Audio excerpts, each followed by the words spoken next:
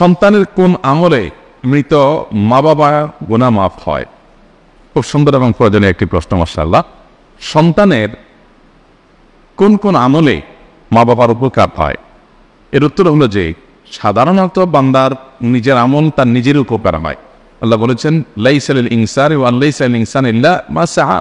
মানুষ নিজের জন্য যেটা পরিশ্রম করে কামাই করেছে, উপার্জন করেছে, সওয়াব আহরণ করেছে, এটাই তার। আরেকজন তারটা কামাই করে দিবে না, দিতে পারে না।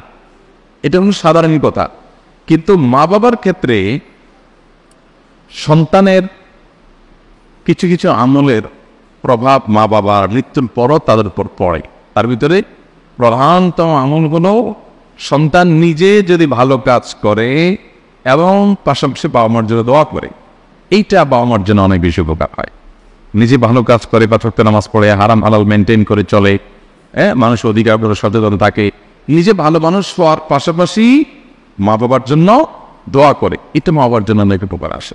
আমরা সে হাদিস অনেকেই শুনেছি বারবার। নবী সাল্লাল্লাহু আলাইহি ওয়াসাল্লাম বলেছেন ইযা মাতাল ইনসানু ইনকাতাআ আনহু আমালু, মানুষ যখন মারা যায় তার আমলের ধারা তার থেকে বিচ্ছিন্ন হয়ে যায়।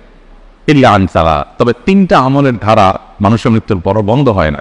এর ভিতরে একটা হলো এই আওয়ালাদুন সালেহ ইয়াদউ লা, যদি কোনো নেক সন্তান থাকে যে নিজে ভালো মানুষ পাশাপাশি বাবা মায়ের জন্য দোয়া করে, এটা তার জন্য একটু বেশি উপকার পায়। আমরা সাধারণত যেটা করি, মা বাবা মৃত্যুর পর আমরা চাই যে জীবদ্দশায় আমি মাকে বাবাকে স্নেহ করেছি, মমতা দিয়েছি, ভালোবাসা দিয়েছি, খাবার দিয়েছি, আদর আত্মি করেছি, কিন্তু এখন তাদের করতে পারতেছি না। আমরা কিছুটা করতে চাই বাবা মার জন্য, তো করতে চেয়ে আমরা কি করি, হুজুরদেরকে দিয়ে বা অন্যদেরকে দিয়ে দোয়া করাই। আলহামদুলিল্লাহ ওনারা দোয়া করলে উপকার আসতে পারে, কিন্তু সবচেয়ে বেশি উপকারের কথা আপনি যদি জানতে চান যে সন্তান এর কোন আমলটা মা বাবার সবচেয়ে বেশি উপকার আসে, তাহলে আমি বলবো যে নিজে যদি নেকামল যতটুকু পারে করলো, পাশাপাশি দোয়া করলো, এটা মা বাবার জন্য বেশি উপকার আসে।